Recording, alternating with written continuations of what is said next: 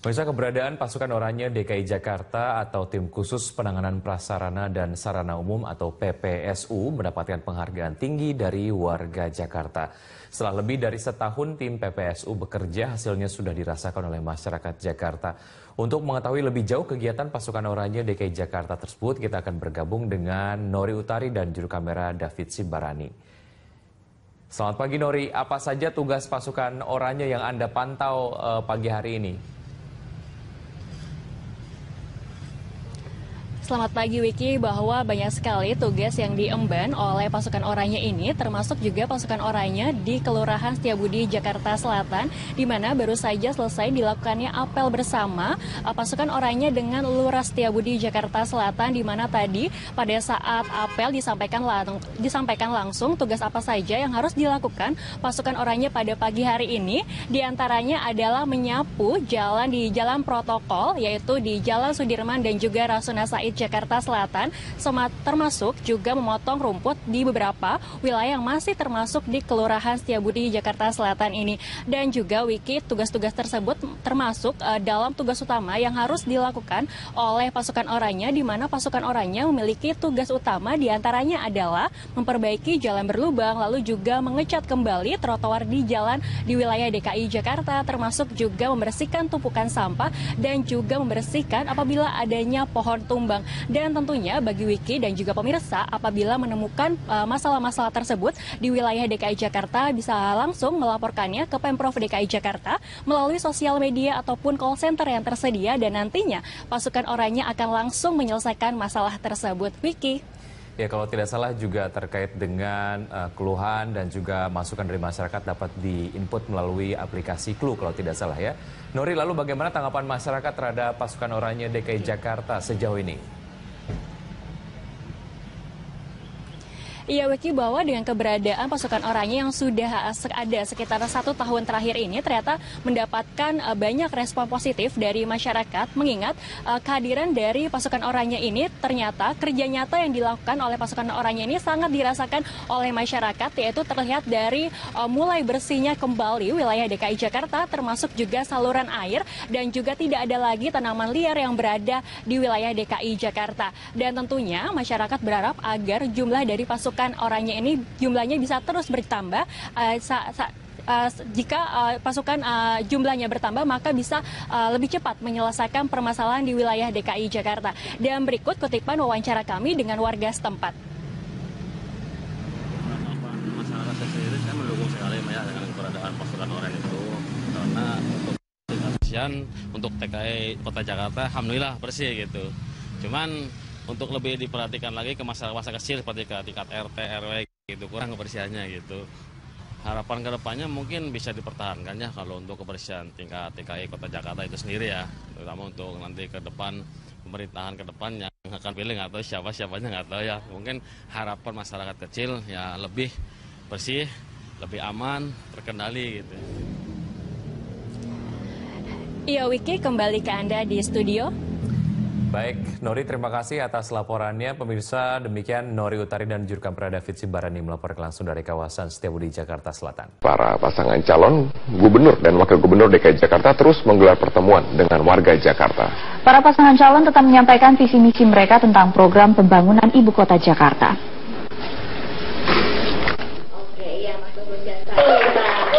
Pasangan calon gubernur dan wakil gubernur nomor urut 1, Agus Harimurti Yudhoyono dan Silviana Murni, berjanji akan membuat Sungai Ciliwung menjadi kawasan wisata. Dalam sebuah diskusi di Warung Buncit, Jakarta Selatan, Agus juga mengatakan jika terpilih menjadi gubernur, ia akan membuat sistem transportasi di Sungai Ciliwung agar bisa mengurai kemacetan di ibu kota. Sementara calon gubernur nomor urut 2, Basuki Cahayapurnama atau Ahok, berjanji akan meneruskan program kerja Ruang Publik Terpadu Ramah Anak atau RPTRA yang digagasnya. Dalam kampanye di Posko Pemenangan Lembang, Menteng, Jakarta Pusat, Ahok menegaskan akan memberdayakan anak-anak yang tinggal di rumah susun dengan kegiatan seni budaya maupun olahraga. Maka kita bersyukur sekali Valencia FC yang di Spanyol itu, dia menerima anak-anak dusun. Ini udah tahun kedua. Tahun lalu saya lupa, Barcelona tahun lalu ya.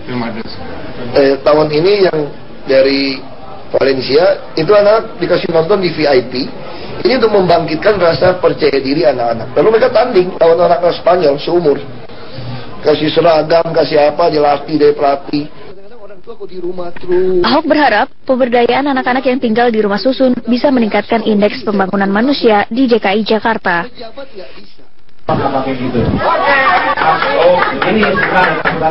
Calon Gubernur nomor urut 3, Anies Baswedan berkampanye ke Kampung Baru, Kelurahan Sukabumi Selatan, Jakarta Barat. Anies memusatkan perhatian di bidang pendidikan dan kesehatan jika ia terpilih menjadi gubernur. Dan kita akan bekerja sama dengan pemerintah pusat dalam memastikan bahwa di Jakarta tidak boleh lagi ada kemiskinan lintas generasi. Miskin kok lintas generasi? Miskin harus berhenti satu generasi. Generasi berikutnya sekolah terdidik sehingga tidak miskin lagi. Dalam kesempatan itu, Anies juga menyatakan akan menyusun 23 program untuk warga ibu kota. Masa kampanye dan debat publik para calon gubernur dan wakil gubernur DKI berlangsung hingga 11 Februari 2017. Setiap pasangan calon mendapat kesempatan memaparkan program kerja jika terpilih memimpin ibu kota. Tim Liputan, Metro TV. DKI Jakarta nonaktif Basuki Cahayapurnama siap menjalani sidang perdana kasus penodaan agama di Pengadilan Negeri Jakarta Utara pada Selasa pekan depan. Ahok meminta agar persidangan digelar secara terbuka sehingga masyarakat dapat menyaksikan jalannya sidang. Ahok mengatakan hingga kini sejumlah berkas telah disiapkan, termasuk diantaranya berita acara pemeriksaan yang disebutnya akan menjadi bahan penyampaiannya di depan jaksa penuntut umum. Ahok berharap agar sejumlah media untuk memantau jalannya sidang kasus penodaan agama di Pengadilan Jakarta Utara. Ia kembali menegaskan ia tidak ada niat sama sekali untuk menistakan agama manapun. Kita dari janin sampai sekolah, sampai dewasa, sampai tunanetra kita harus pikirkan. Ya, saya kira semua bukti yang ada di berita acara pemeriksaan akan kita bawa. Kita juga sudah siapkan, ya sampaikan. Ya, itu aja sih. Sesuai yang ditanyakan juga berita acara pemeriksaan. Yang jaksa nuntut juga akan berdasarkan kita jadi tersangka kan hasil dari BAP. Nanti dari BAP akan tanyakan pada kami lagi. Nanti kan udah sidang, kita ikutin proses. Makanya saya minta tolong media ikutin aja proses sidang.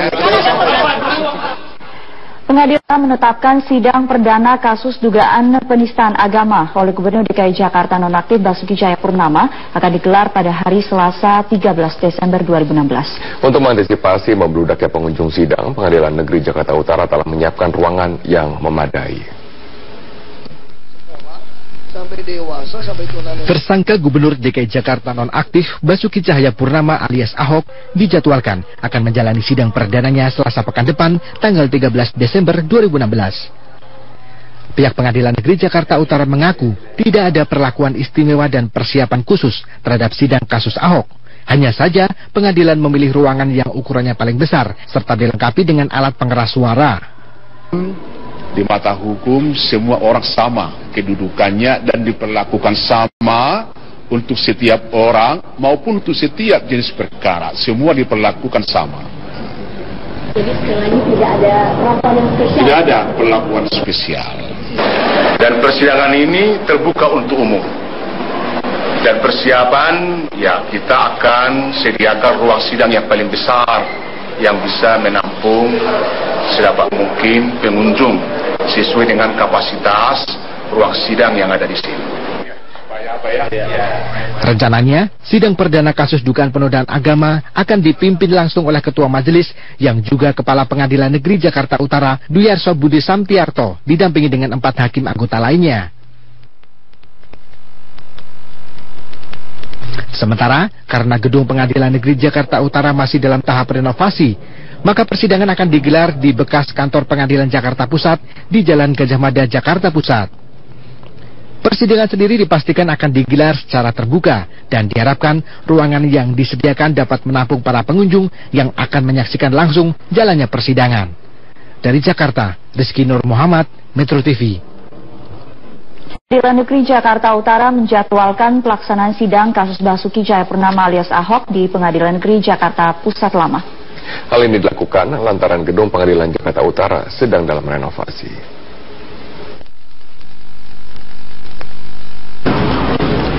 Sidang perdana dari Gubernur nonaktif Basuki Cahayapurnama akan berlangsung, yaitu pada tanggal 13 Desember pukul 9 pagi di Gedung Pengadilan Negeri Jakarta Utara. Namun ada yang harus Anda perhatikan, bahwa sebenarnya Gedung Pengadilan Negeri Jakarta Utara di Sunter ini sedang dalam masa renovasi dan berpindah tempat, yaitu di Gedung Eks Pengadilan Negeri Jakarta Pusat di Jalan Gajah Mada.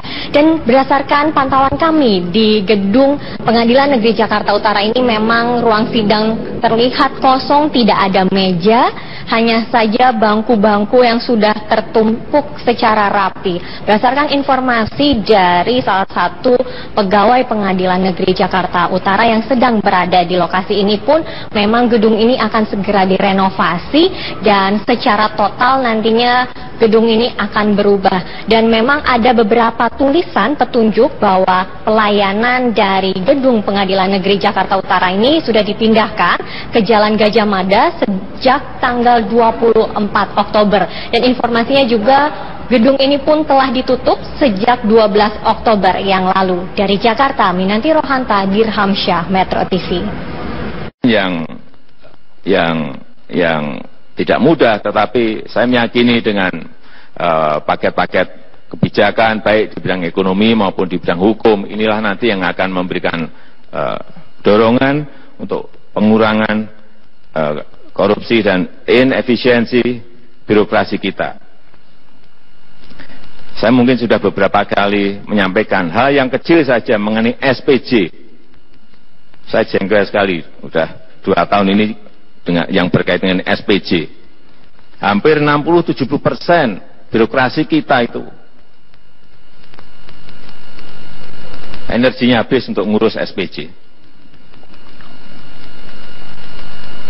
Habis.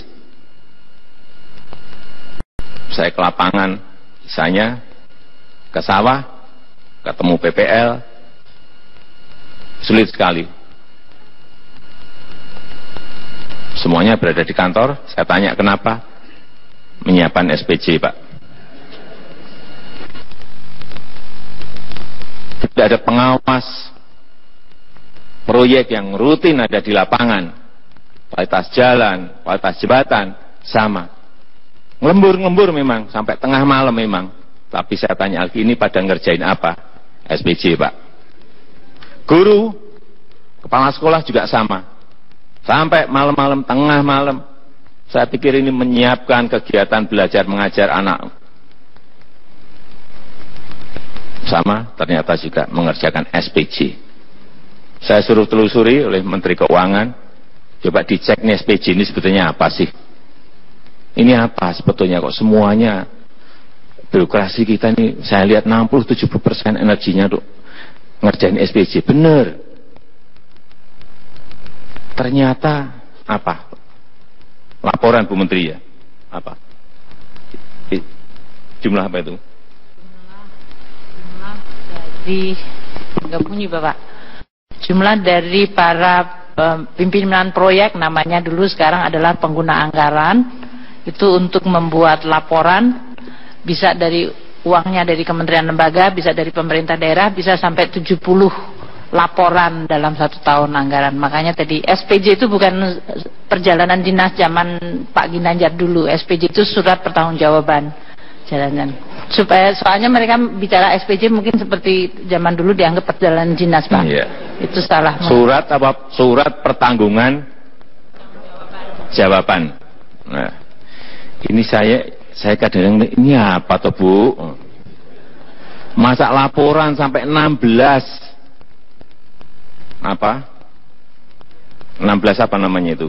16 laporan. 16 laporan, ada yang 44 laporan. 44, iya, betul, Bapak. Ini apa gitu loh? Dibaca enggak sih? Sampai 44 laporan satu barang ini. 16 laporan satu barang, ini apa? Ini inefisiensi birokrasi kita termasuk di sini. Hingga saya perintahkan enggak usah banyak-banyak, Bu Menteri.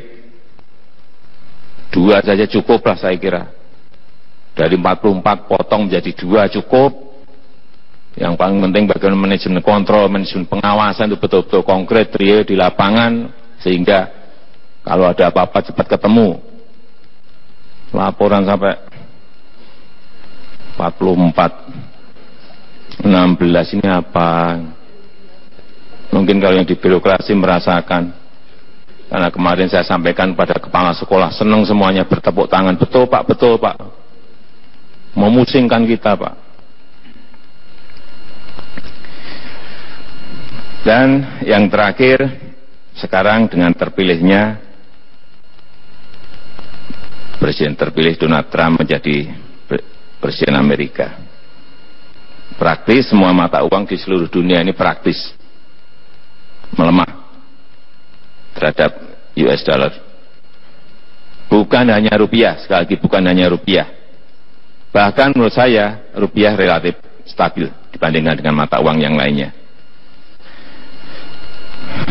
Dan ini yang dilihat saat kampanye kebijakan Donald Trump untuk America First